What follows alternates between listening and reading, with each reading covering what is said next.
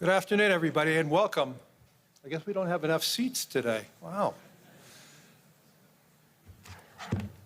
In the last quarter century, a sitting president of the United States has come to Davos only twice.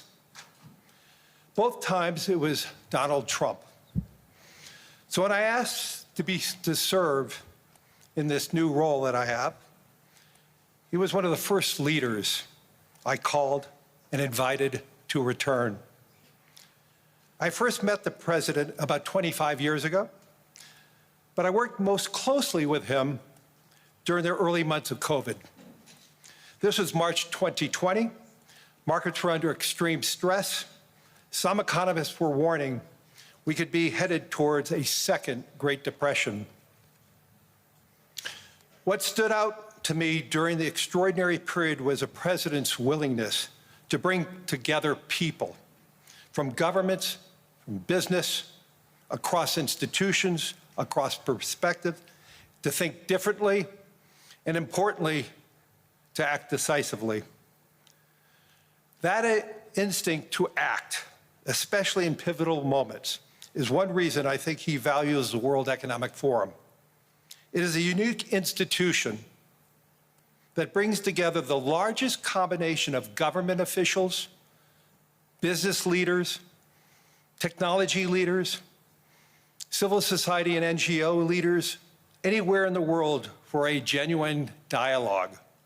And particularly, importantly, this year. Thankfully, this group is meeting under better economic circumstances than during the pandemic. But once again, we're facing very serious different economic conditions around the world. One of the central challenges that is impacting me is how capitalism can benefit more, and how can we broaden our global economy for greater and greater participation.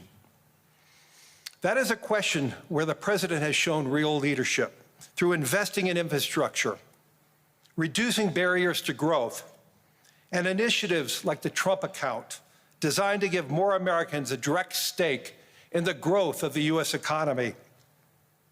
As he enters the second year of his second term, we are interested in hearing his plans for 2026 and beyond, and will no doubt create more and more conversation. And that's what the forum is about, a serious conversation in the spirit of dialogue. Discussions where the world is headed, where are we going? And these discussions would be incomplete without the President of the United States, the most important leader in the world. We appreciate him here, so let me introduce and welcome back to Davos the President of the United States, Donald J. Trump.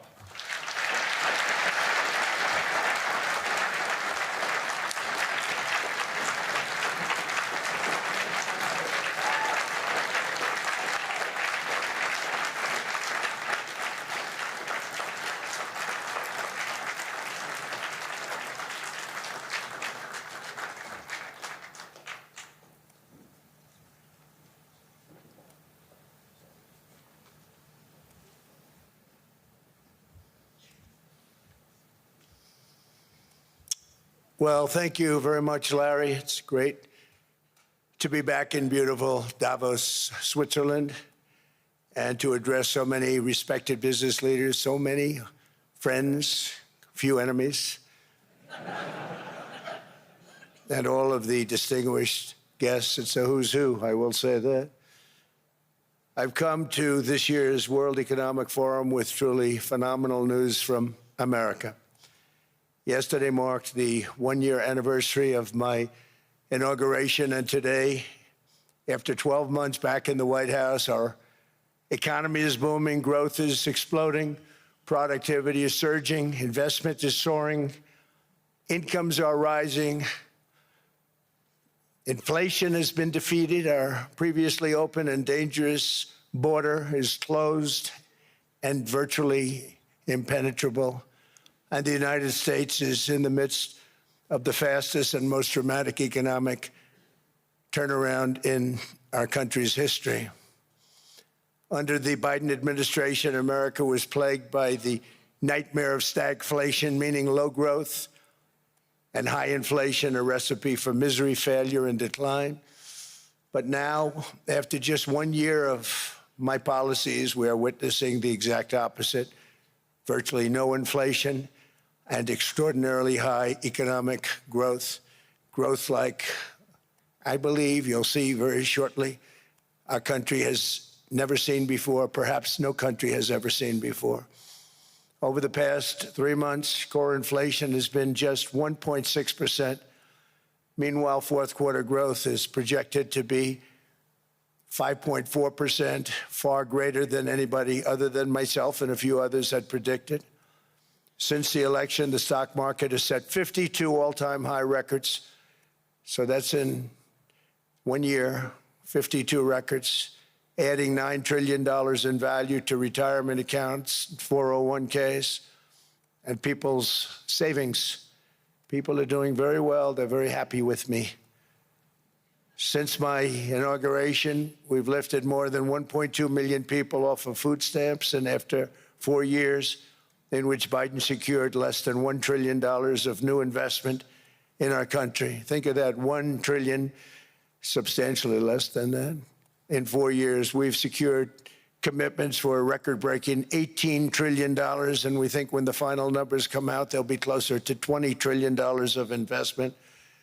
That's never been done by any country at any time, not even close. Just over 1 year ago, under the radical left Democrats, we were a dead country. Now we are the hottest country anywhere in the world.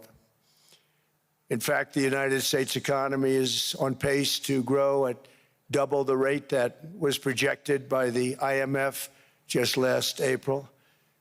And with my growth and tariff policies, it should be much higher. I really believe we can be much higher than that.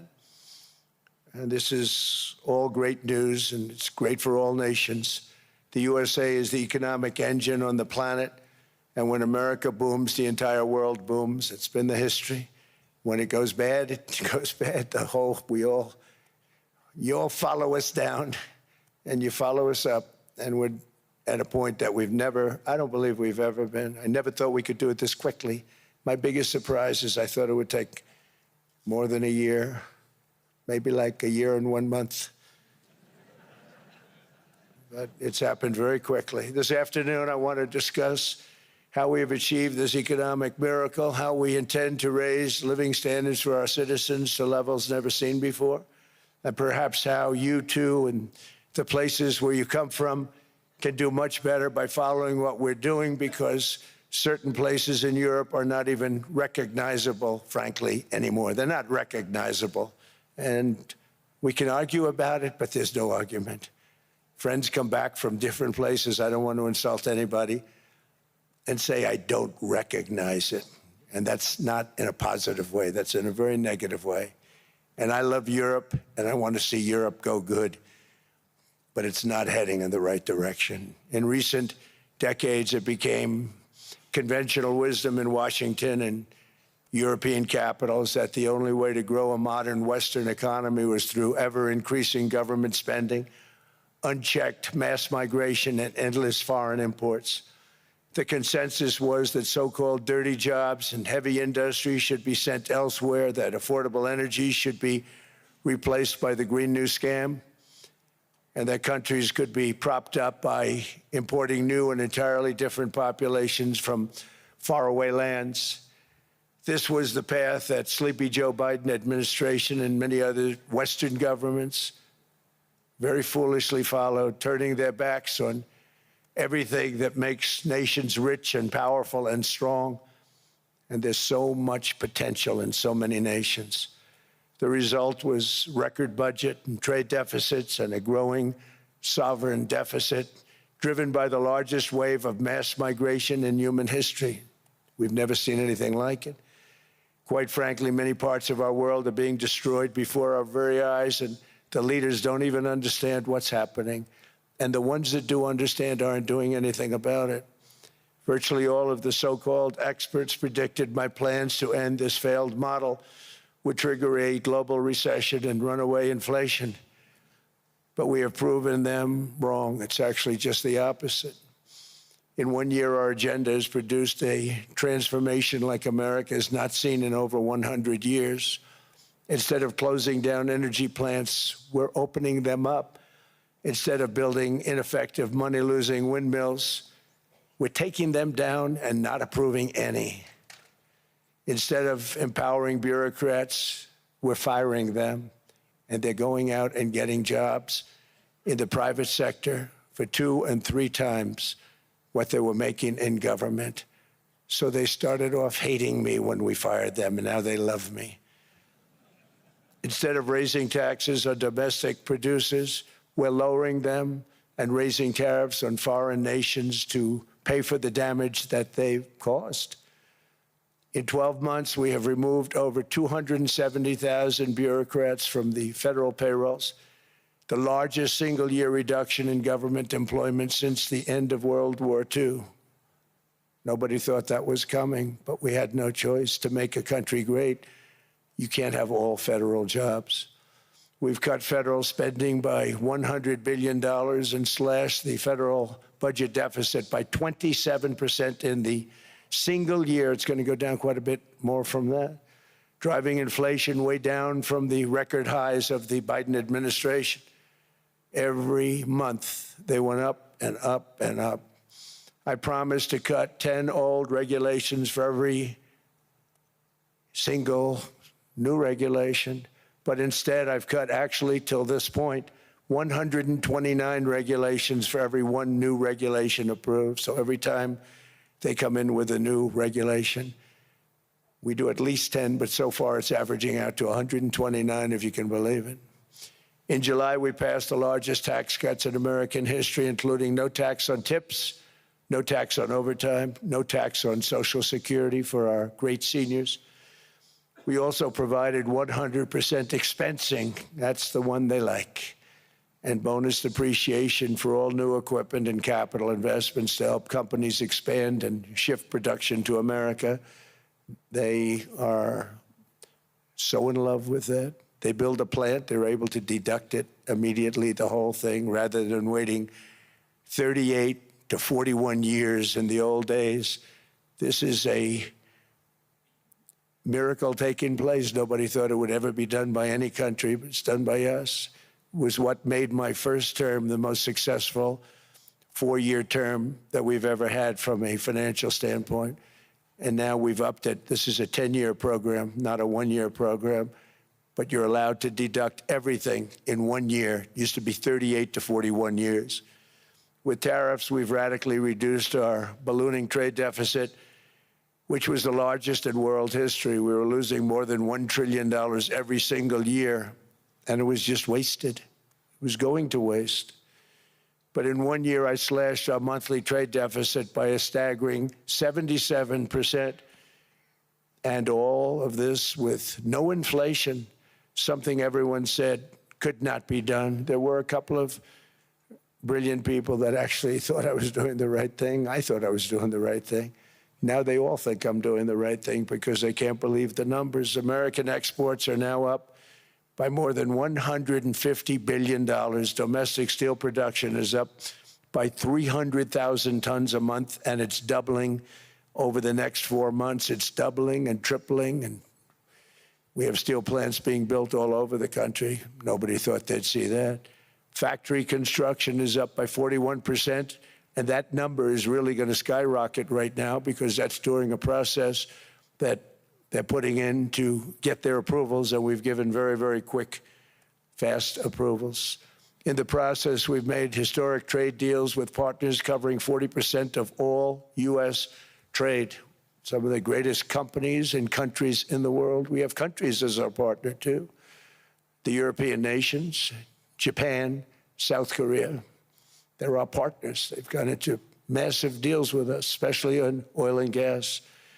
And these agreements raise growth and cause stock markets to boom, not only in the U.S., but virtually every country that came to make a deal, because, as you've learned, when the United States goes up, you follow. It's really become a staple In America, I've stopped the nation-wrecking energy policies that drive up prices while sending jobs and factories to the world's worst polluters. They are indeed polluters.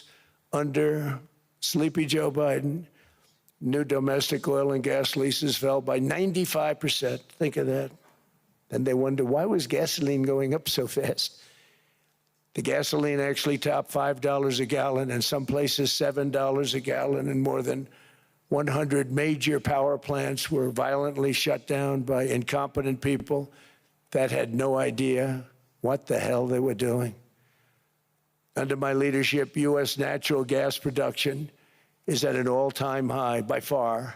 U.S. oil production is up by 730,000 barrels a day, and last week we picked up 50 million barrels from Venezuela alone. Venezuela has been an amazing place for so many years, but then they went bad with their policies. 20 years ago, it was a great country, and now it's got problems, but we're helping them. And those 50 million barrels, we're going to be splitting up with them, and they'll be making more money than they've made in a long time. Venezuela is going to do fantastically well. We appreciate all of the cooperation we've been giving. We've been giving great cooperation. Once the attack ended, and they said, let's make a deal. More people should do that. But Venezuela is going to make more money in the next 6 months than they've made in the last 20 years.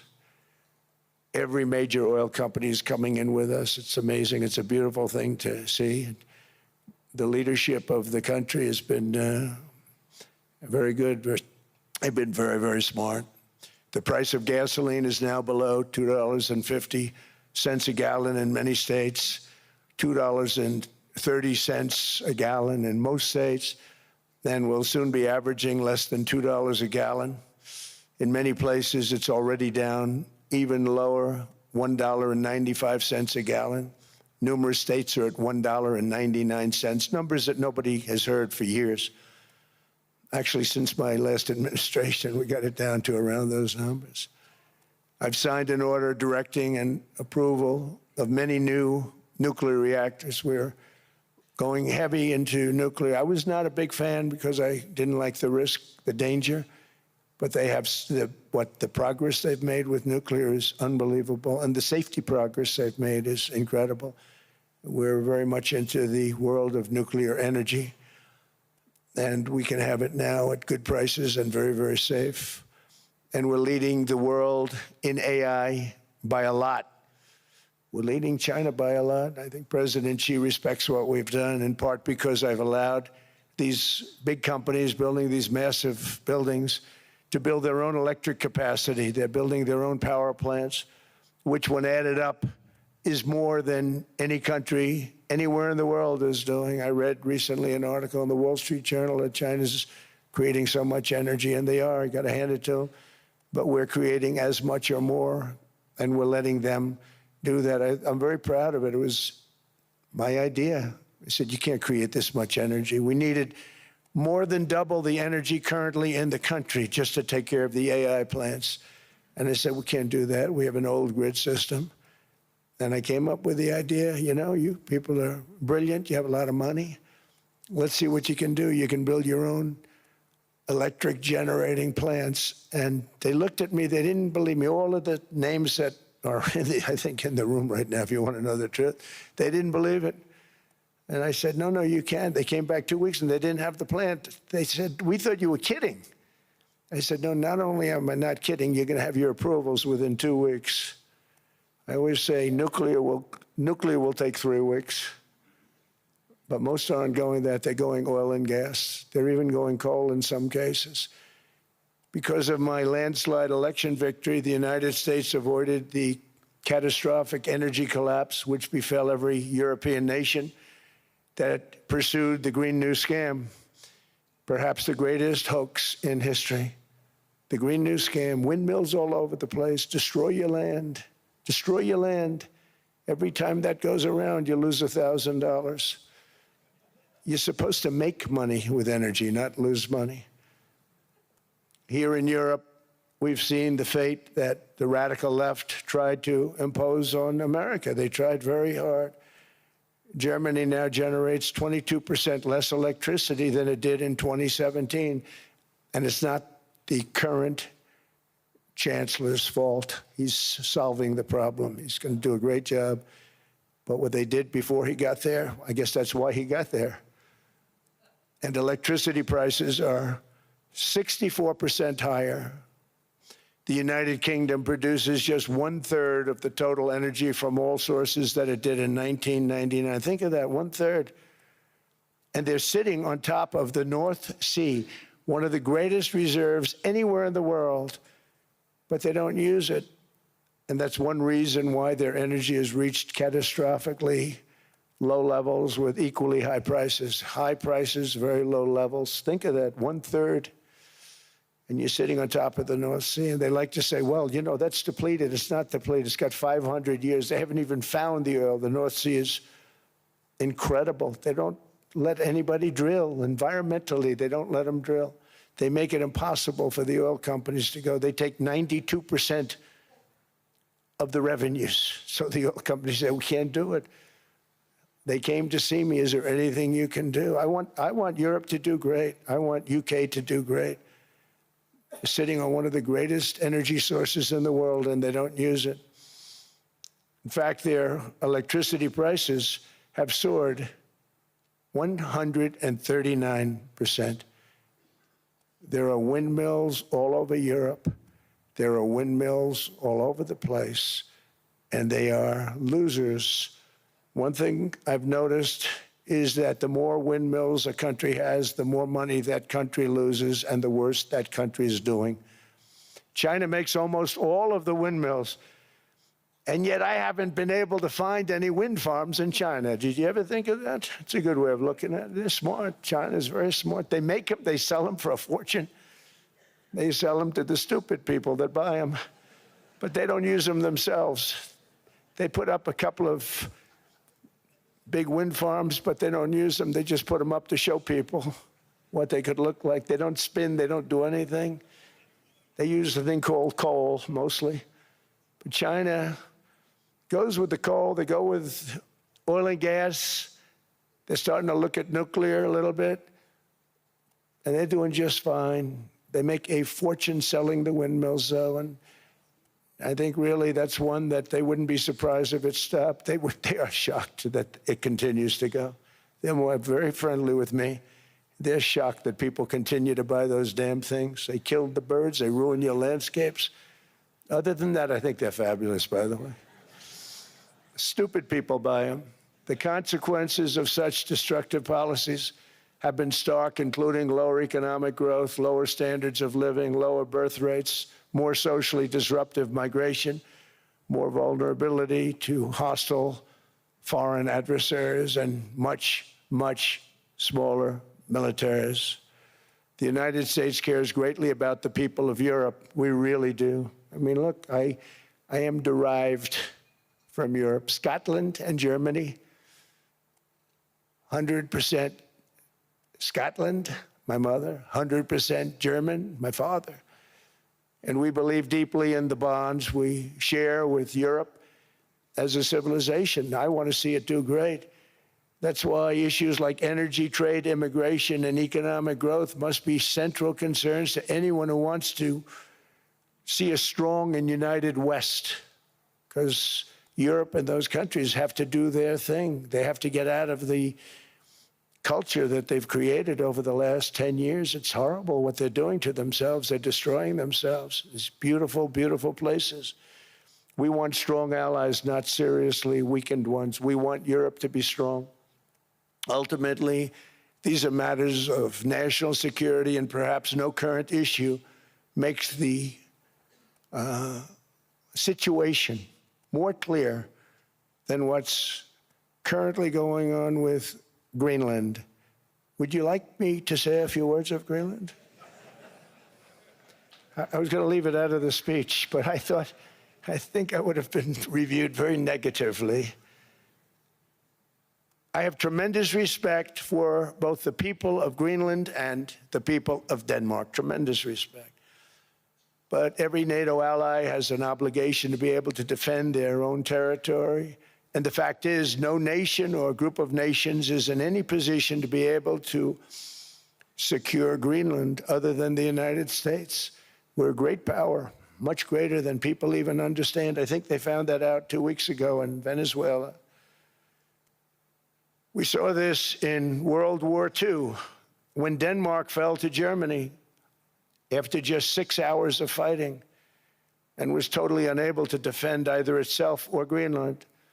So the United States was then compelled, we did it, we felt an obligation to do it, to send our own forces to hold the Greenland territory, and hold it we did at great cost and expense. They didn't have a chance of getting on it, and they tried. Denmark knows that. We literally set up bases on Greenland for Denmark. We fought for Denmark. We weren't fighting for anyone else. We were fighting to save it for Denmark. Big, beautiful piece of ice. It's hard to call it land. It's a big piece of ice. But we saved Greenland and successfully prevented our enemies from gaining a foothold in our hemisphere. So we did it for ourselves also. And then after the war, which we won it big. Without us, right now you'd all be speaking German and a little Japanese, perhaps. After the war, we gave Greenland back to Denmark. How stupid were we to do that? But we did it. But we gave it back. But how ungrateful are they now? So now our country and the world face much greater risks than it did ever before because of missiles, because of nuclear, because of weapons of warfare that I can't even talk about. 2 weeks ago, they saw weapons that nobody ever heard of. They weren't able to fire one shot at us. They said, what happened? Everything was discombobulated. They said, we've got them in our sights. Press the trigger, and nothing happened. No anti-aircraft missiles went up. There was one that went up about 30 feet and crashed down right next to the people that sent it. They said, what the hell is going on? Those defensive systems were made by Russia and by China. So they're going to go back to the drawing boards, I guess. Greenland is a vast, almost entirely uninhabited and undeveloped territory. It's sitting undefended in a key strategic location between the United States, Russia, and China. That's exactly where it is, right smack in the middle. Wasn't important nearly when we gave it back. You know, when we gave it back, it wasn't the same as it is now. It's not important for any other reason, you know, everyone talks about the minerals. There's so many places. There's no rare earth, no such thing as rare earth. There's rare processing, but there's so much rare earth. And to get to this rare earth, you got to go through hundreds of feet of ice. That's not the reason we need it. We need it for strategic national security and international security. This enormous unsecured island is actually part of North America, on the northern frontier of the Western Hemisphere. That's our territory. It is therefore a core national security interest of the United States of America. And in fact, it's been our policy for hundreds of years to prevent outside threats from entering our hemisphere, and we've done it very successfully. We've never been stronger than we are now. That's why American presidents have sought to purchase Greenland for nearly 2 centuries. You know, for 2 centuries they've been trying to do it. They should have kept it after World War II, but they had a different president. That's all right. People think differently. Much more necessary now than it was at that time, however. In 2019, Denmark said that they would spend over $200 million to strengthen Greenland's defenses. But as you know, they spent less than 1% of that amount. 1%. There's no sign of Denmark there. And I say that with great respect for Denmark, whose people I love, whose leaders are very good. It's the United States alone that can protect this giant mass of land, this giant piece of ice, develop it and improve it and make it so that it's good for Europe and safe for Europe and good for us. And that's the reason I'm seeking immediate negotiations to once again discuss the acquisition of Greenland by the United States, just as we have acquired many other territories throughout our history, as many of the European nations have. They've acquired, there's nothing wrong with it. Many of them, some went in reverse, actually, if you look. Some had great, vast wealth, great, vast lands all over the world. They went in reverse. They're stuck back where they started. That happens too. But some grow. But this would not be a threat to NATO. This would greatly enhance the security of the entire alliance, the NATO alliance. The United States is treated very unfairly by NATO. I want to tell you that. And when you think about it, nobody can dispute it. We give so much and we get so little in return. And I've been a critic of NATO for many years. And yet I've done more to help NATO than any other president by far, than any other person. You wouldn't have NATO if I didn't get involved in my first term. The war with Ukraine is an example. We are thousands of miles away, separated by a giant ocean. It's a war that should have never started, and it wouldn't have started if the 2020 U.S. presidential election weren't rigged. It was a rigged election. Everybody now knows that. They found out. People will soon be prosecuted for what they did. It's probably breaking news, but it should be. It was a rigged election. You can't have rigged elections. You need strong borders, strong elections, and ideally a good press. I always say it. Strong borders, strong elections, free, fair elections, and a fair media. The media is terrible. It's very crooked. It's very biased, terrible. But someday it'll straighten out because it's losing all credibility. Think of it, when I win in a landslide, a giant landslide, won all 7 swing states, won the popular vote, won everything, and they only get negative press. That means that it has no credibility. And if they're going to get credibility, they're going to have to be fair. So you need a fair press. But you also need those other elements. And I inherited a terrible, terrible situation. If you look, the border was open, the inflation was raging, everything was bad with the United States when I came into office. But I also inherited a mess with Ukraine and Russia, something that would have never happened. And I know Putin very well. He and I would discuss Ukraine. It was the apple of his eye, but he wasn't going to do anything. I said, Vladimir, you're not doing it. He would never have done it. It was terrible what happened. I could see it happening, too. After I left, I could see it happening. Biden had given Ukraine and NATO $350 billion, a staggering sum, $350 billion. I came in, and just like the southern border, just like inflation, just like our economy, I said, wow, this place is in trouble, meaning our country. All of these things were out of control. But the border was out of control. We fixed it with the strongest border anywhere in the world. And I've now been working on this war for 1 year, during which time I settled 8 other wars.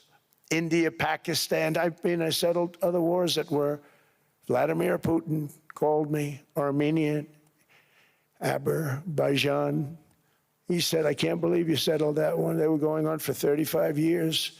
I settled it in 1 day. And President Putin called me. He said, you know, I can't believe I worked on that war for 10 years trying to settle it. I couldn't do it. I said, do me a favor, focus on settling your war. Don't worry about that one. What does the United States get out of all of this work, all of this money, other than death, destruction, and massive amounts of cash going to people who don't appreciate what we do? They don't appreciate what we do. I'm talking about NATO, I'm talking about Europe. They have to work on Ukraine. We don't. The United States is very far away. We have a big, beautiful ocean separating us. We have nothing to do with it.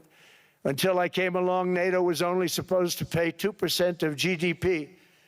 But they weren't paying, most of the countries weren't paying anything. The United States was paying for virtually 100% of NATO. And I got that stopped. I said, that's not fair. But then, more importantly, I got NATO to pay 5%, and now they were paying, and now they are paying. So something nobody said was possible. They said we will never go up higher than 2%. But they went to 5%, and now they're paying the 5. They didn't pay the 2, and now they're paying the 5.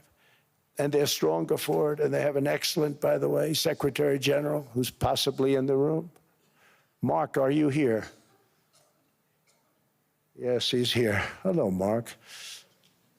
We never asked for anything, and we never got anything. We probably won't get anything unless I decide to use excessive strength and force where we would be, frankly, unstoppable.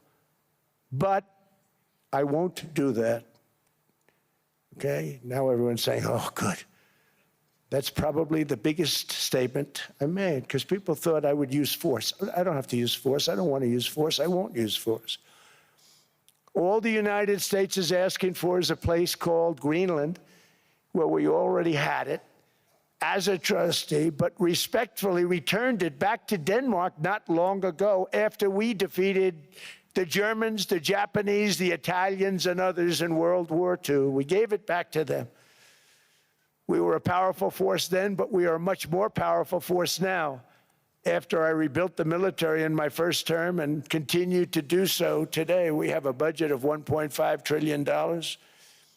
We're bringing back battleships. The battleship is 100 times more powerful than the great battleships you saw in World War II, those great, big, gorgeous ships, the Missouri, the Iowa, the Alabama. Because I thought maybe we could take them out of mothballs. They said, no, sir, these ships are 100, think of that, 100 times more powerful than those big, magnificent pieces of art that you saw so many times ago, that you still see on television. You say, wow, what a force. 100 times, each ship 100 times more powerful than the big battleships of the past. So that was the end of the mothball story. So what we have gotten out of NATO is nothing except to protect Europe from the Soviet Union and now Russia. I mean, we've helped them for so many years. We've never gotten anything, except we pay for NATO. And we paid for many years until I came along. We paid for, in my opinion, 100% of NATO because they weren't paying their bills. And all we're asking for is to get Greenland, including right title and ownership, because you need the ownership to defend it. You can't defend it on a lease. Number one, legally it's not defensible that way, totally. And number two, psychologically, who the hell wants to defend a license agreement or a lease, which is a large piece of ice in the middle of the ocean where if there is a war, much of the action will take place on that piece of ice. Think of it. Those missiles would be flying right over the center of that piece of ice. All we want from Denmark for national and international security and to keep our very energetic and dangerous potential enemies at bay is this land on which we're going to build the greatest golden dome ever built. We're building a golden dome that's going to, just by its very nature, going to be defending Canada. Canada gets a lot of freebies from us, by the way. They should be grateful also, but they're not. I watched your prime minister yesterday. He wasn't so grateful. But they should be grateful to us. Canada lives because of the United States. Remember that, Mark, the next time you make your statements. What we did for Israel was amazing, but that's nothing compared to what we have planned for the United States, Canada, and the rest of the world. We are going to build a dome like no other. We did it for Israel. And by the way, I told Bibi, stop taking credit for the dome. That's our technology. That's our stuff. But they had a lot of courage, and they were good fighters, and they did a good job, and we wiped out the Iran nuclear threat like nobody can believe. Nobody's ever seen anything like it. That, Venezuela, taking down Soleimani, wiping out al-Baghdadi when he tried to reinstitute ISIS. We did a lot. I did a lot of big things. all perfectly executed. Everyone was perfectly executed. Somebody told me that, a military expert told me, sir, everything you've done has been perfectly executed. I said, I know. So other presidents have spent, whether foolishly or not, trillions and trillions of dollars on NATO and gotten absolutely nothing in return. We've never asked for anything. It's always a one-way street. Now they want us to help them with Ukraine. And we say, we're going to. I'm really helping, not even them. I want to see, last week, if you saw, it was 10,000 soldiers, but last month it was 31,000 soldiers died. 31,000. That's this room times, the number of people in this room times 30. Think of it. 30,000 soldiers died in 1 month. The month before it was 27,000. The month before that it was 28,000. The month before that it was 25,000. It's a bloodbath over there. And that's what I want to stop. It doesn't help the United States, but these are souls. These are young people. Look like you, look like some of you right in the front row. They go to war. Their parents are so proud. Oh, there he goes, comes back. 2 weeks later, they get a call, your son's head's been blown off. I want to stop it. It's a horrible war. It's the worst since World War II. They keep going, they'll exceed World War II. The numbers are staggering, how many people they've lost. They don't want to talk about it. Ukraine and Russia lost just tremendous amounts. And I'm dealing with President Putin, and he wants to make a deal, I believe. I'm dealing with President Zelensky, and I think he wants to make a deal. I'm meeting him today. He might be in the audience right now. But they got to get that war stopped because too many people are dying, needlessly dying. Too many souls are being lost. It's the only reason I'm interested in doing it. But in doing it, I'm helping Europe, I'm helping NATO, and I've until the last few days when I told them about Iceland, they loved me. They called me daddy, right, last time. A very smart man said, he's our daddy. He's running it. I was like running it. I went from running it to being a terrible human being. But now what I'm asking for is a piece of ice, cold and poorly located, that can play a vital role in world peace and world protection. It's a very small ask compared to what we have given them for many, many decades. But the problem with NATO is that we'll be there for them 100%. But I'm not sure that they'd be there for us. If we gave them the call, gentlemen, we are being attacked. We're under attack by such and such a nation. I know them all very well. I'm not sure that they'd be there. I know we'd be there for them. I don't know that they'd be there for us. So with all of the money we expend, with all of the blood, sweat, and tears, I don't know that they'd be there for us. They're not there for us on Iceland, that I can tell you. I mean, our stock market took the first dip yesterday because of Iceland. So Iceland's already cost us a lot of money.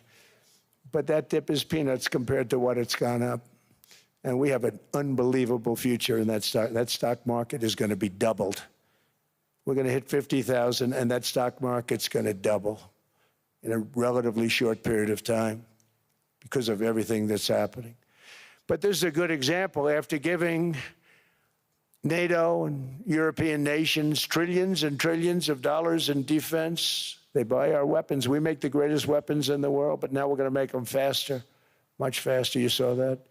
I put a cap on the salaries. Then I put no buybacks, no stock buybacks, no various other things that they were doing. I mean, they were making $50 million, but it would take them 3 years to give you a Patriot missile. I said, that's not good. My chauffeur can do a better job than that, and he makes slightly less than 50. They make big salaries. If they're going to make those big salaries, they're going to have to produce a lot faster. The good news is we have the greatest equipment in the world. Now we're going to start making it a lot faster. They're going to build additional plants. And all of the money that goes into stock buybacks is going to go into building plants. We're not allowing stock buybacks by defense companies any longer. They're going to build new plants to make Tomahawks, Patriots. We have the best equipment, F-35s. F-47, the new one just coming out. They say it's the most devastating plane, fighter jet ever. Who knows? They called it 47. If I don't like it, I'm going to take the 47 off it. I wonder why they called it 47. We'll have to think about that. But if I don't like it, I'm going to take that 47 off. But it's supposed to be the stage 6. It's supposed to be the first stage 6 plane, undetectable, like our B-2 bombers were undetectable. They flew right over Iran. They were undetectable. And they did their job, and they got the hell out of there.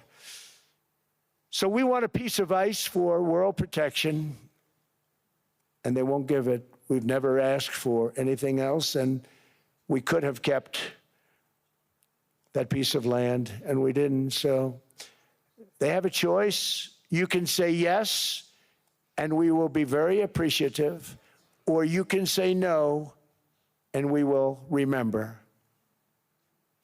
A strong and secure America means a strong NATO, and that's one reason why I'm working every day to ensure our military is very powerful, our borders are very strong, and above all, our economy is strong because national security requires economic security and economic prosperity, and we have the greatest that we've ever had.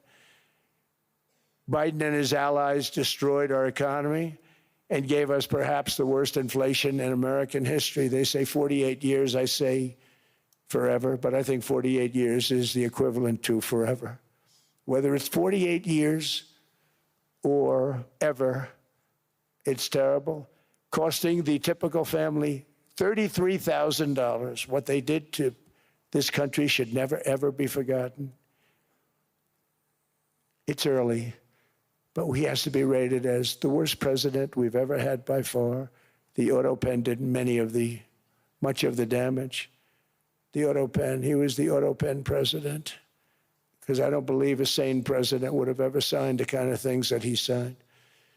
But now grocery prices, energy prices, airfares, mortgage rates, rent, and car payments are all coming down, and they're coming down fast. We inherited a mess, but we've done a hell of a job in 12 months. Under my most favored nation policy for drug prices, the cost of prescription drugs is coming down by up to 90%, depending on the way you calculate. You could also say 5, 6, 7, 800%. There are two ways of figuring that. But we have a favored nations policy that every president wanted, no president was able to get. I got it, and other nations approved it. And I had to use tariffs in order to get it because they said, no way. In other words, a pill that costs 10% in London costs $130. Think it costs $10 in London, costs $130 in New York or in Los Angeles. And I'd say, boy, that's bad. Friends of mine would say, you know, we go to London, you can buy the stuff for nothing. We go all over the world, we can buy it for nothing. Because basically America was subsidizing every nation in the world because presidents allowed them to get away with it. It became very tough. So when I called up Emmanuel Macron, I watched him yesterday with those beautiful sunglasses. What the hell happened? But I watched him sort of be tough. But he was at $10 for a pill. And I said, Emmanuel, and I have all the big pharmaceutical companies are in total agreement. It wasn't easy, by the way. They're tough, smart. They've been getting away with the scam for a long time. But they gave it up. But they said, you'll never get the countries to approve it. I said, why is that? Because they won't. They always said, we're not paying any more. Get the rest for the United States. So over the years, they stayed the same. We just went up, up, up. And I mean, we would pay 13, 14, 15 times more than certain countries would. So I said, no, they'll approve it 100%. Sir, you'll never get them to approve it. I said, I guarantee you. But I actually started with Emmanuel, who probably is in the room too. And I like him. I actually like him. Hard to believe, isn't it? And I said, Emmanuel, you're going to have to lift the price of that pill to $20, maybe $30. Think of that. That means it's a doubling of prescription drugs. Might be a tripling, might be a quadrupling. It's not easy. No, no, no, Donald, I will not do that. I said, yes, you will, 100%. He said, no, no, no. You're asking me to double. I said, Emmanuel, you've been taking advantage of the United States for 30 years with prescription drugs. You really should do it, and you will do it. I have no doubt. In fact, I am 100% sure you're going to. No, no, no, I will not do it. Because yes, in all fairness to him, he has to double or triple. Because the world being a bigger place than the United States, it's not that you meet in the middle. You just have to go up some, and we come down a lot. They go up a little, we come down a lot. So we're at $130, they're at 10. So they may have to go to 20 or 30. No more than that. I said, Emmanuel, you're going to be doubling or tripling? No, no, no. I said, here's the story, Emmanuel. The answer is you're going to do it, you're going to do it fast. And if you don't, I'm putting a 25% tariff on everything that you sell into the United States and a 100% tariff on your wines and champagnes. And that's about 10 times more than what I'm requesting. And you're going to do it. I don't want to go public with it, but you may make me do that. No, no, Donald, I will do it. I will do it. It took me, on average, 3 minutes a country, saying the same thing. You will do it. They all said, no, no, no, I will not do it. You're asking me to double the cost of prescription. I said, that's right, because you've been screwing us for 30 years. And they said, we will not do it. I said, that's all right. On Monday morning, we're putting a 25, 30, 50. I gave different numbers for different countries. This is also national security we're talking about. Not fair. We're not going to subsidize the whole world. And every one of those countries have agreed to do it. So one of the biggest things that I've done is the fact that we have now most favored nation. We will pay whatever the lowest price is in the entire world. So our drug prices are going to be coming down by staggering 90%. Again, you could say 1,000%, 2,000%. Depends on the way you want to figure it, but we'll go with the way the fake news likes it better because it sounds, can you imagine a 90% reduction sounds much worse. But drug prices are going to be coming down tremendously in all the nations, and I appreciate them doing it, but they did it, in all fairness, without tariffs. I wouldn't have been able to get it done. After declining $3,000 under Biden, real incomes are up in the United States by $2,000, $3,000, and even $5,000 and more. Home ownership has always been a symbol of health and vigor of American society, but that goal fell out of reach for millions and millions of people in the Biden era because interest rates went up so high. Today, I'm taking action to bring back this bedrock of the American dream. In recent years, Wall Street giants and institutional investment firms, many of you are here, many of you are good friends of mine, many of you are supporters. Sorry to do this to you, I'm so sorry. But you've driven up housing prices by purchasing hundreds of thousands of single-family homes, and it's been a great investment for them. Often as much as 10% of houses on the market. You know, the crazy thing is a person can't get depreciation on a house, but when a corporation buys it, they get depreciation. Okay, that's something we're going to have to think about, too. I don't know if too many people think about that. You buy a corporation, they buy 500 houses. They buy hundreds of thousands. They buy 500 houses. They can take depreciation. A person sweats and works and buys one house, they can't. But homes are built for people, not for corporations, and America will not become a nation of renters. We're not going to do that. That's why I have signed an executive order banning large institutional investors from buying single-family homes. It's just not fair to the public. They're not able to buy a house. And I'm calling on Congress to pass that ban into permanent law, and I think they will. One of the biggest barriers to saving for a down payment has been surging credit card debt. The profit margin for credit card companies now exceeds 50%, one of the biggest. And they charge Americans interest rates of 28%, 30%, 31%, 32%. Whatever happened to usury? So to help our citizens recover from the Biden disaster, all caused by this horrible, just horrible precedent, I'm asking Congress to cap credit card interest rates at 10% for 1 year. And this will help millions of Americans save for a home. They have no idea they're paying 28%. They go out there a little late in their payment and they end up losing their house. It's terrible. To unleash innovation in savings and financing, I'm also working to ensure America remains the crypto capital of the world. And to that end, last year, I signed the landmark Genius Act into law. Now Congress is working very hard on crypto market structure legislation, Bitcoin, all of them, which I hope to sign very soon, unlocking new pathways for Americans to reach financial freedom. And I did it for two reasons. Number one, I thought it was politically good, and it was. I got tremendous political support. But more importantly, China wanted that market too. It's just like they want the AI. And we've got that market, I think, pretty well locked up. If I didn't do it, Biden was totally against it until before the election, when they realized that, there were millions of people voting against him over crypto. And all of a sudden, they loved it very much, but it was too late. They blew it. But it is politically popular, but it's much more importantly, we have to make it so that China doesn't get the hold of it. And once they have that hold, we're not going to be able to get it back. So I'm honored to have done it. Finally, I've instructed government-backed institutions to purchase up to $200 billion in mortgage bonds to bring down interest rates. And I'll be announcing a new Fed chairman in the not-too-distant future. I think he'll do a very good job. See, I gave away some of it. He did give that away. So we have something, got something, but somebody that's very respected. They're all respected. They're all great. Everyone that I interviewed is great. Everyone could do, I think, a fantastic job. Problem is they change once they get the job. They do.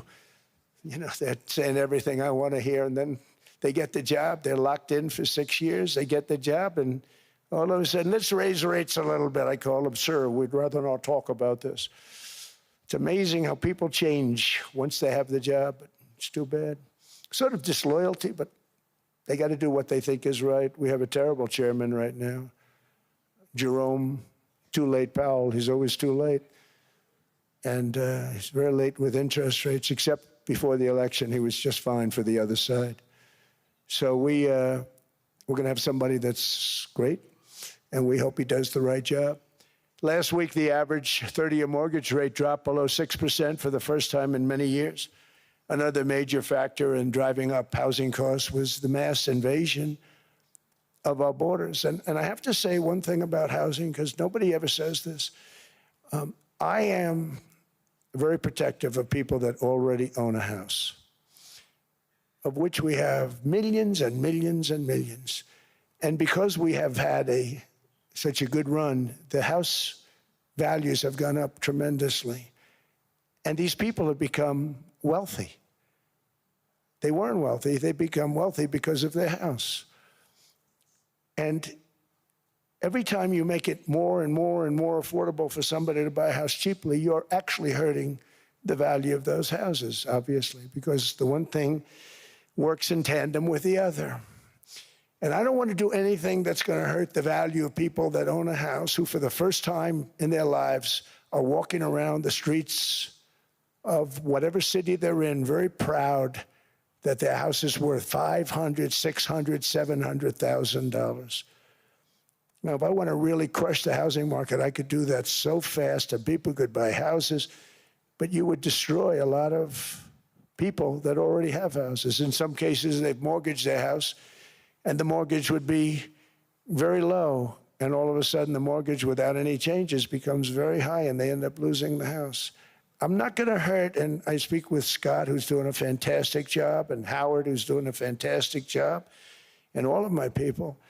And I always say, look, I can crush the hell out of the market. We can drop interest rates to a level, and that's one thing we do want to do. That's natural. That's good for everybody. The dropping of the interest rates, we should be paying a much lower interest rate than we are. We should be paying the lowest interest rate of any country in the world, because without the United States, you don't have a country. I mean, I had a case with Switzerland. We happened to be in Switzerland. Maybe I'll give you a quick story. But they were paying nothing. They make beautiful watches, great watches, Rolex, all of them. They were paying nothing to the United States when they sent their product in. And we had a $41 billion deficit, $41 billion with this beautiful place. Flew over it, isn't it nice? So I said, let's put a 30% tariff on them so that we get back some of it, not all of it at all. We'd still have a deficit, big deficit. We had 41 million. That's a big deficit. And I said, let's put a tariff on. Different tariffs, different places. You're all party to them. In some cases, victims to them. But in the end, it's a fair thing. And most of you realize that. But we put a 30% tariff on Switzerland, and all hell broke loose. They were calling, I mean, like you wouldn't believe. And I know so many people from Switzerland, incredible place, incredible, brilliant place. But I didn't realize that they're only good because of us. And there's so many other examples. I mean, us, probably other places, but a majority of the money they make is because of us, because we never charged them anything. So they come in, they sell their watches, no tariffs, no nothing. They walk away, they make $41 billion on just us. So I said, no, we can't do that. So I'm going to bring it up. I still would have a deficit pretty substantial, but I brought it up to 30%. And I guess Prime Minister, I don't think President, I think Prime Minister called a woman, and she was very repetitive. She said, no, no, no, you cannot do that, 30%. You cannot do that. We are a small, small country. I said, yeah, but you have a big, big deficit. You may be small, but you have a bigger deficit than big countries. He said, no, no, no, please, you cannot do it. Kept saying the same thing over and over. We are a small country. I said, but you're a big country in terms of, and she just rubbed me the wrong way, I'll be honest with you. And I said, all right, thank you, ma'am, appreciate it. Do not do this. Thank you very much, ma'am. And I made it 39%. And then all hell really broke out. And I was paid visits by everybody. Rolex came to see me. They all came to see me. But I realized, and I reduced it, because I don't want to hurt people. I don't want to hurt them. And we brought it down to a, lower level. Doesn't mean it's not going up, but we brought it down to a lower level. But they pay now, tariff. But I realized that we have many places like that where they're making a fortune because of the United States. Without the United States, they wouldn't be making anything. Think of it. Switzerland made $41 billion on us. And as she said, it's a small place. And I realized with that, I don't know, it was so, because she was so aggressive. And I realized in that conversation that the United States is keeping the whole world afloat. Many places, I could give you 6, 7 places just in the people in this little area. I know every one of them. They're looking down. They don't want to see me. They don't want to stare me in the eyes. But they're taking advantage of, everybody took advantage of the United States. But I've been very fair, and I gave them a tariff, and it was fine. But I realized that without us, it's not Switzerland anymore. Without us, it's not any of the countries that are represented here. And we want to work with the countries. We want to work with them. We're not looking to destroy them. I could have said 39, 40%. I could have said I want a 70% tariff, then we make money with Switzerland. But Switzerland would have been probably destroyed, financially destroyed. I don't want to do that. But we should be paying the lowest interest rate of everybody. I hope Scott's listening to this, because we should be paying the lowest interest rate of everybody. Without us, most of the countries don't even work. And then you have the protection factor. Without our military, which is the greatest in the world by far, without our military, you have threats that you wouldn't believe. You wouldn't believe. You don't have threats because of us, and that's because of NATO. One other thing, and I have to say it so importantly, in the old days, and I used to say I'm the youngest in the room. Now I'm among the older. I hate to say it. I don't feel old, but I'm among the older. But I remember not long ago, 20, 25 years ago, when good news came out about, let's say, the United States. The United States had a great quarter. The United States had a great month. All the stocks went up. And that's the way it's supposed to be. Now when they say the United States had a record quarter, it's unbelievable how well it's doing, all the stocks crash because they say, oh no, inflation, inflation, they're going to raise interest rates. And they do. Some of these stupid people like Powell, they raise interest rates. And what they do is they stop you from being successful. It used to be when we had a great quarter, a great month, great earnings, great anything, any good news, the stock market went up. That's the way it's going to be. We got to do that again because that's the way it should be. Now when we have a great month, they want to kill it. Like we did over 5%. People were surprised. We should do 20%. We could do 25%. When we announce good numbers, and the reason is they're so petrified of inflation. And growth doesn't mean inflation. We've had tremendous growth with very low inflation. In fact, growth can fight inflation, proper growth. So we want to get back to the days when we announce great numbers, because we're going to be announcing phenomenal. You know, all these factories that are being built at record, thousands of businesses are being built right now. Remember, $18 trillion is invested. I think the second number is 3. And that was China many years ago. Investments in the country from outside.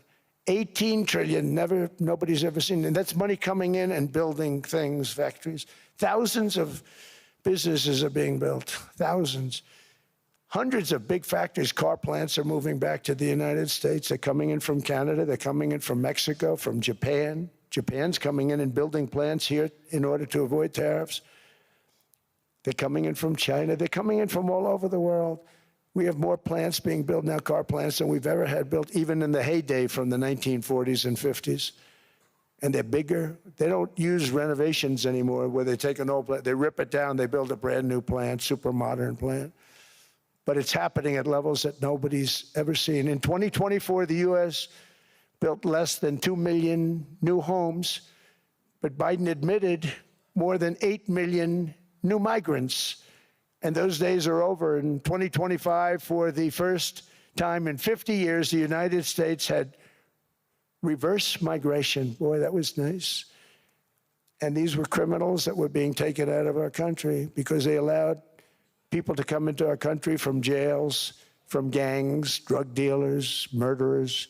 11,888 murderers. We've gotten most of them out. And then ICE gets beat up by stupid people from leadership in Minnesota. We actually are helping Minnesota so much, but they don't appreciate it. Most places do. You know, Washington, D.C. is the safest place now in the United States. It was a very dangerous place to walk, and now you can walk with your wife, your kids, right through the middle of the city. Right now, Washington, D.C. is as safe as it gets. It was one of the most unsafe, I had to admit. We sent in the military, the National Guard. Within 2 months, it was great. Within 3 months, it's like a really great place and a safe place and a beautiful place. It's even been cleaned up. The graffiti's gone. The fences are gone. We don't have to worry about fences anymore. All of the places, the grasses are cut and replaced with new grass in many cases. It's all going to happen in the spring. But Washington and D.C. is beautiful again, and it's safe. New restaurants are opening up. They were all closing. Now you can't get into a restaurant. Restaurants in Washington, D.C. are all opening. Memphis also, Memphis, Tennessee, New Orleans, Louisiana. We're there for 3 weeks. We've cut the crime down by 64%. Within another month, we'll have virtually no crime there. We can do that all over. We're going to help the people in California. We want to have no crime. I know Gavin was here. I used to get along so great with Gavin when I was president. Gavin's a good guy. And we're going to, if he needed it, I would do it in a heartbeat. I'd love to see. We did help them a lot in Los Angeles, a lot with the early in my term when they had some problems. But we would love to do it. I will say this, if I were a Democrat governor or whatever, I would call up Trump. I'd say, come on in, make us look good. Because we're cutting crime down to nothing. And we're taking people out, career criminals, who are only going to do bad things, and we're bringing them back to their countries. But where we've done it, it's been amazing. And we have a capacity to do it at much greater levels. We're cutting illegal aliens off welfare and other government benefits, and I have directed that starting immediately, there will be no more payments to sanctuary cities because they are really just sanctuaries for criminals. They're really protecting criminals, and those are the ones we have to get out of the country: murderers, drug dealers, the mentally insane. They emptied their mental institutions into the United States. And despite that, we have the lowest crime numbers that we've ever had in the history of the country. Just came out. But equally importantly, we're cracking down on more than $19 billion in fraud that was stolen by Somalian bandits. Can you believe that they turned out to be higher IQ than we thought? I always say these are low IQ people. How did they go into Minnesota and steal all that money? And we have, they're pirates, they're good pirates, right? But we shoot them out of the water just like we shoot the drug boats out. They're not pirating too many boats lately, do you notice? When they go out into those boats, they want to take over $1.5 billion tanker loaded up with oil, and they say, we're going to blow up your boat. They have powerful weapons. You hit the side of the boat, you blow the whole thing up. The insurance companies are petrified, so they say, just give them the boat, we'll give them money instead. And I don't do that. We blow them right the hell out of the water. We see them going out, we blow them out of the water. We don't have any pirates so much anymore. If we do, they won't be there long. We've cut down with the hitting of the boats that are loaded up with drugs, including submarines. Can you believe they actually buy small, they call mini subs, very fast. They're meant for drugs. We've knocked out 2 of them. The Democrats say they were fishing. You have ruined somebody's fishing weekend, I would say. A submarine is not a fishing boat. You don't fish. But we've knocked down drugs by water, the oceans, the sea, by 97.2%. Think of that. And I actually say, who the hell are the 3%? Because I would not want to be piloting one of those boats. We knocked them down, and now we're going to start on land. We're going to knock it all out. The land is the easy part. What we did on sea is incredible, and that's our great military. The situation in Minnesota reminds us that the West cannot mass import foreign cultures which have failed to ever build a successful society of their own. I mean, we're taking people from Somalia, and Somalia is a failed, it's not a nation. Got no government, got no police, got no military, got no nothing. And then we have this fake congressperson who they just reported is worth $30 million. You believe this? Ilhan Omar, talking about the Constitution provides me. She comes from a country that's not a country, and she's telling us how to run America. Not going to get away with it much longer, let me tell you. The explosion of prosperity and conclusion and progress that built the West did not come from our tax codes. It ultimately came from our very special culture. This is the precious inheritance that America and Europe have in common. We share it. We share it, but we have to keep it strong. We have to become stronger, more successful, and more prosperous than ever. We have to defend that culture and rediscover the spirit that lifted the West from the depths of the Dark Ages to the pinnacle of human achievement. We live in an incredible, changing period. It's an unbelievable time, but we have to take advantage of the time that we're in. In our hands are technologies that our ancestors could scarcely have. I mean, they couldn't have even dreamt some of the things that we see today. And so rapidly they're produced. I mean, AI, 2 years ago, nobody ever heard of the term, and now everybody's talking about it. And it can have some very good purpose. It could also have some dangerous purpose, and for that we have to watch out. But some tremendous things are happening because of it. And we're leading by so much. We're doing so well. But opportunities that are bigger and grander than ever before in human history are right before us. It is the pioneers in this room. Many of you in this room are true pioneers. You're truly brilliant people. Just your ability to get a ticket is brilliant because you have about 50 people for every seat. I don't know what, that's Larry. Everything Larry touches turns to gold. He made this very successful. But you're in this room, And some of you are the greatest leaders anywhere in the world. You're the greatest brains anywhere in the world. And the future is unlimited, and to a large part because of you. And we have to protect you, and we have to cherish you. I always say we have to cherish our brilliant people because there aren't many of them. So together with confidence, boldness, and persistence, let us lift up our people, grow our economies, defend our shared destiny, and build a future for our citizens that is more ambitious, more exciting, more inspiring, and greater than the world has ever seen. We're in a position to do things that nobody else has ever even thought of before. And many of the people in this room are the ones that are doing it, and I want to congratulate you, and I'm with you all the way. You can do things that nobody else can even think about. So I congratulate you on your tremendous success. And the United States is back, bigger, stronger, better than ever before. And I'll see you around. Thank you all very much. Thank you very much.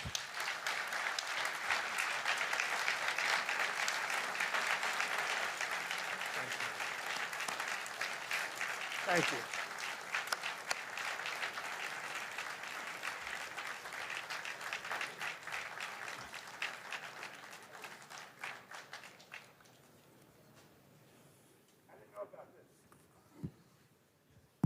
This was supposed to be a nice fire chat, Mr. President. Yes, good.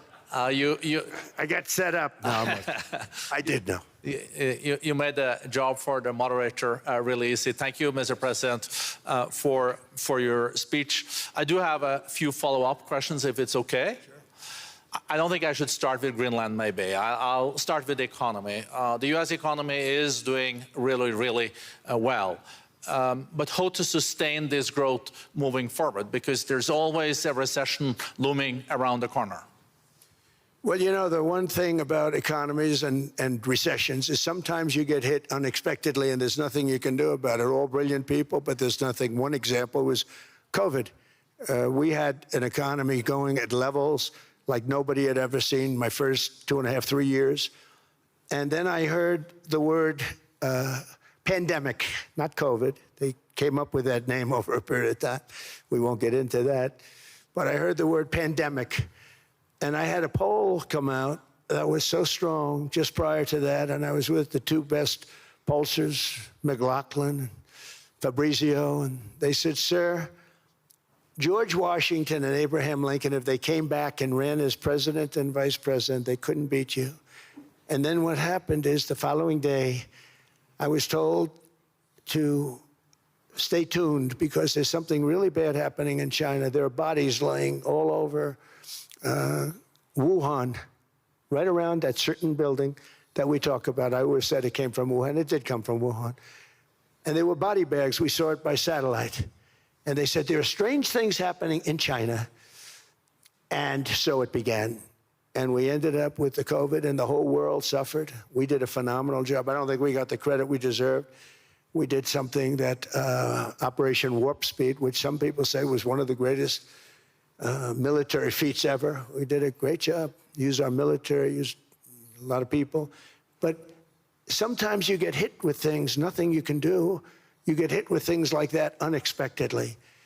And we got through it. And when I left, the stock market was higher than it was previous to the COVID coming up.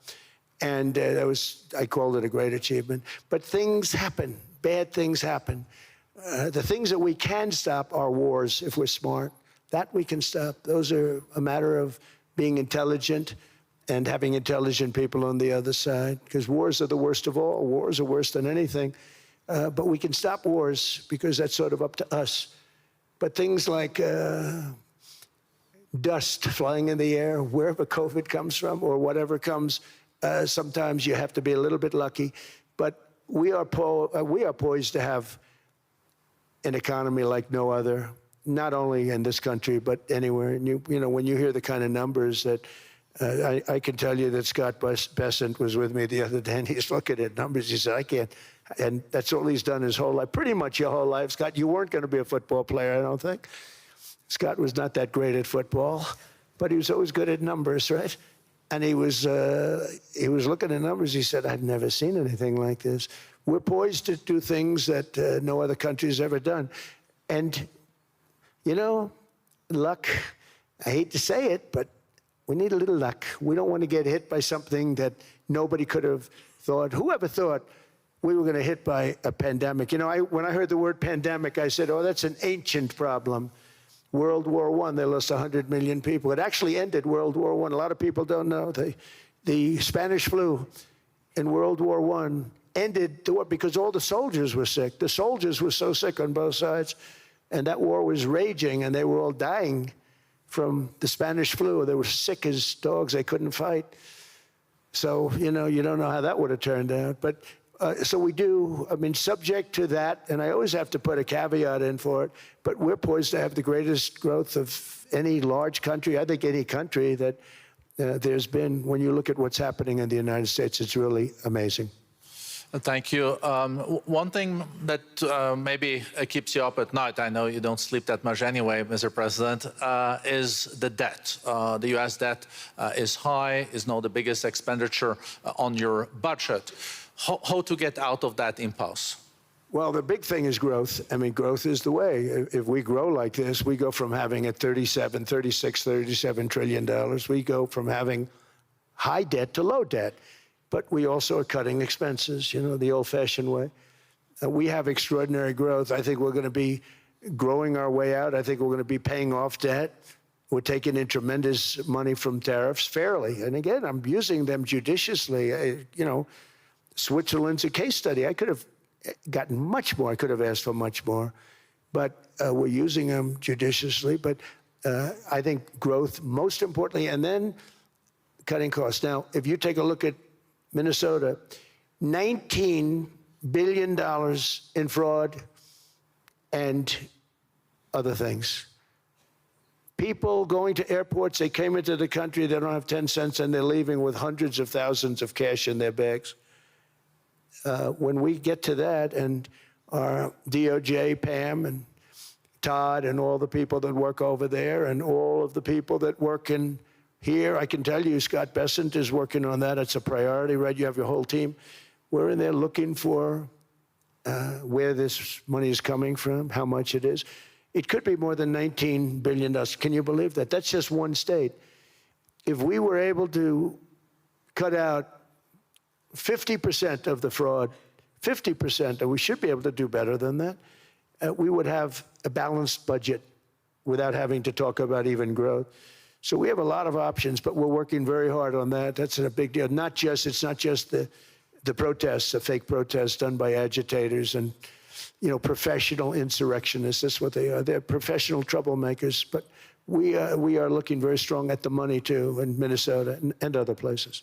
I think, Mr. President, also the $500 billion invested in artificial intelligence and the frontier technologies last year also were driving growth exponentially in the U.S. Well, AI has been a big factor. AI is massive. I mean, Mark Zuckerberg showed me a plant where he put it over a map of Manhattan, and it was basically the size of Manhattan. This is not, I said, you got to be kidding. It's a plant that was miles long, miles wide, very high. I don't think it was high like the Empire State Building, but it was high.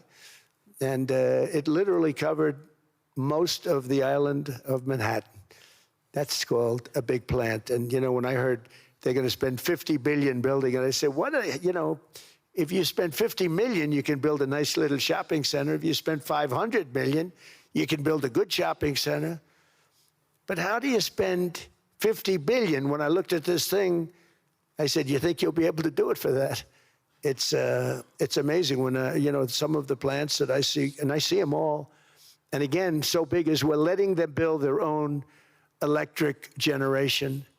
This way we have no problem, and otherwise they'd be complaining. There'd be nobody able to, you know, we have an old grid system. And not only that, they're going to sell at a very cheap price the excess electricity that they create back into our grid. So that'll solve some problems for certain states that don't have enough electricity. We also know that on the AI, there is fierce competition between the U.S. as the largest economy in the world 27% of the global GDP and 5% of the global population, not doing that badly, and China. And we know that that competition is very tough on AI. I know you're heading to a state visit to China in April. How do you see the US-China relationship moving forward? Are you able to combine this tough competition with also collaboration? So I've always had a very good relationship with President Xi and with President Putin. Talk about, you know, the larger powers. But I've always had a very good relationship with President Xi of China. He's an incredible man. What he's done is amazing. He's highly respected by everybody. And I do now. I mean, now I have good. It was very severely interrupted by COVID.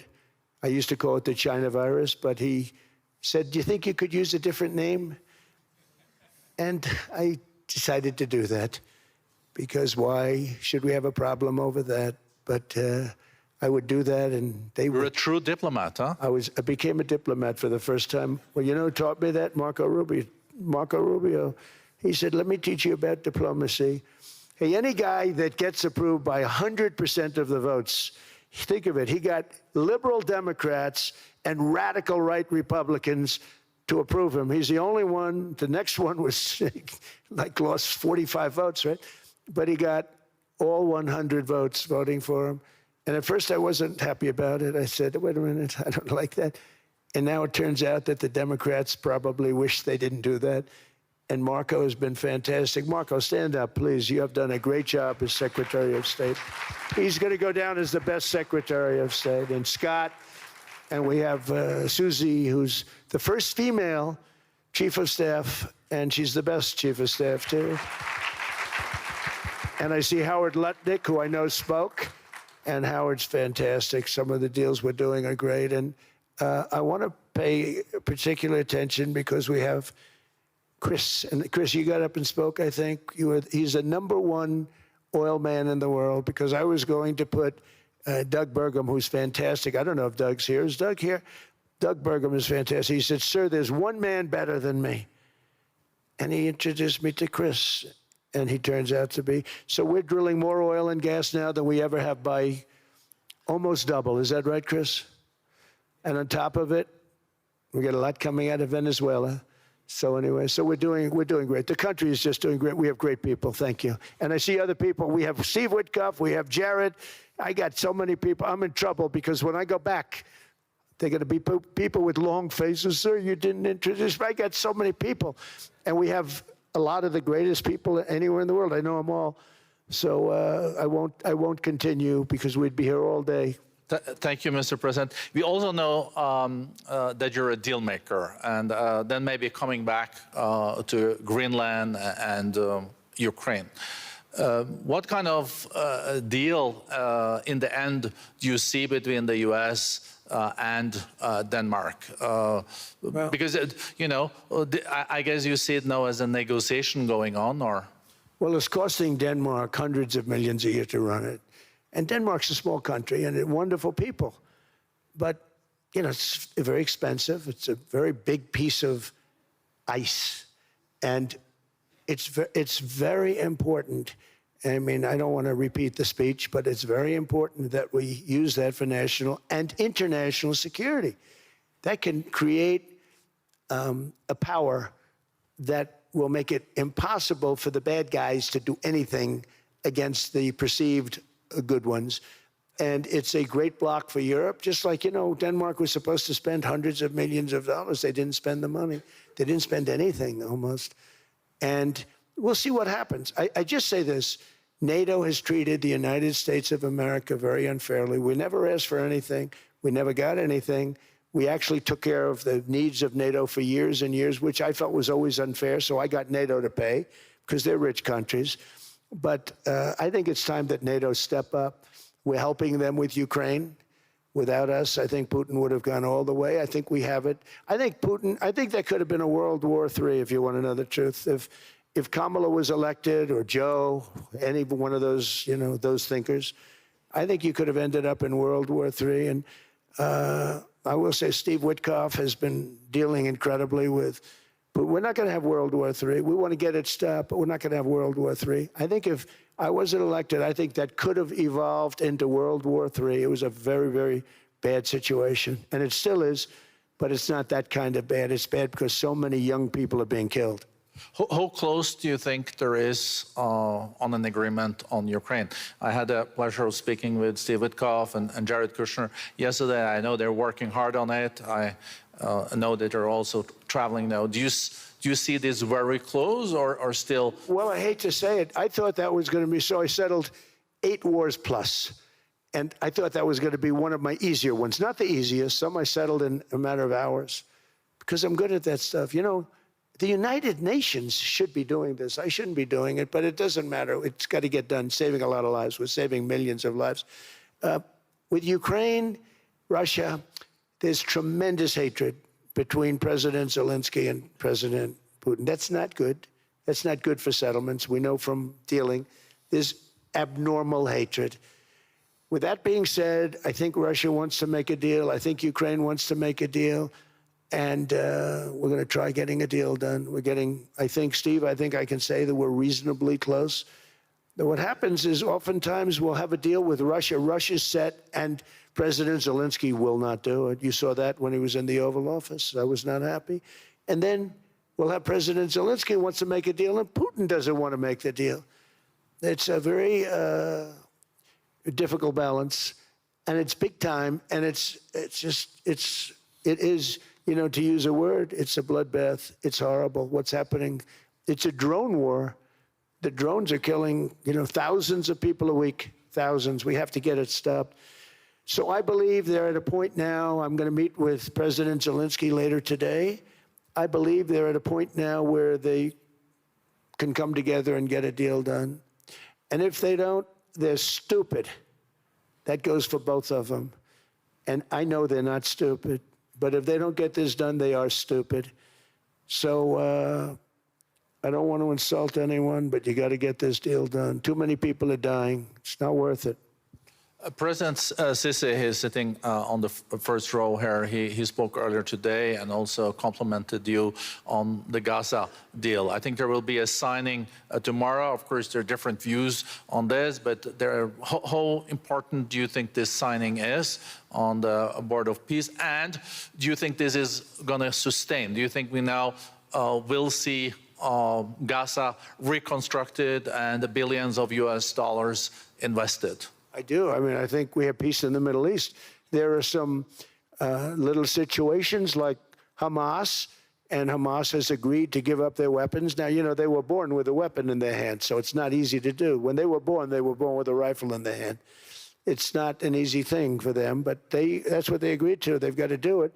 And we're going to know, Jared, over the next 2 or 3 days, certainly over the next 3 weeks, whether or not they're going to do it. If they don't do it, they'll be blown away very quickly. They'll be blown away. You know, we have 59 countries that are part of that whole peace deal. And some of those countries aren't even they're near the Middle East, but they're not in the Middle East traditionally. And they want to come in and take out Hamas. They want to come in. They want to do whatever they can. There's a problem with Hezbollah in Lebanon, and we'll see what happens there, but that's a problem. But there are these little flames, but there's peace in the Middle East. Now, had we not gone in and knocked out with those big, beautiful, we just ordered 25 brand new ones, the latest and the greatest, the B-2 bomber. Think of them, they went in there at 2 o'clock in the morning with no moon, no light, no nothing, and every single one of those massive bombs hit its target, 100,000-pound bombs hit its target, every one of them. And then on top of it, from a submarine 300 miles away, we hit the sites with tomahawks, which is an unbelievable weapon. So, you know, we did our job. If we didn't do that, you would have never had peace in the Middle East. And the countries like Saudi Arabia, UAE, and Qatar could never have, and others could never have signed anything because you would have had this dark cloud, and the dark cloud was Iran with nuclear. Iran would, if we didn't take them out, they would have had a nuclear weapon within 2 months. They were very close to having the nuclear weapon, and we hit them hard. And it was a total obliteration. If they may try again, but they're going to have to try from a different area because that area was obliterated. Incredible thing we did. And because we did that, we were able to make peace. If we didn't do that, I would say, Jared and Steve, if we didn't do that, there was no chance of making peace because the countries I just named and other countries could have never signed off. They were afraid. They were afraid. We had a bully. The bully was Iran, the bully of the Middle East. They used to call it for years. They were the bully of the Middle East. They're not the bully of the Middle East anymore. Mr. President, I know you even had to change plane last night, so I guess you didn't have much sleep, but I think you're... but your energy is still there. I know you have several bilateral meetings. I know you're also hosting a reception. So thank you so much for coming back to Davos. Thank you so much. It's highly appreciated. Well, thank you very much. Thank you, everybody, very much. Thank you.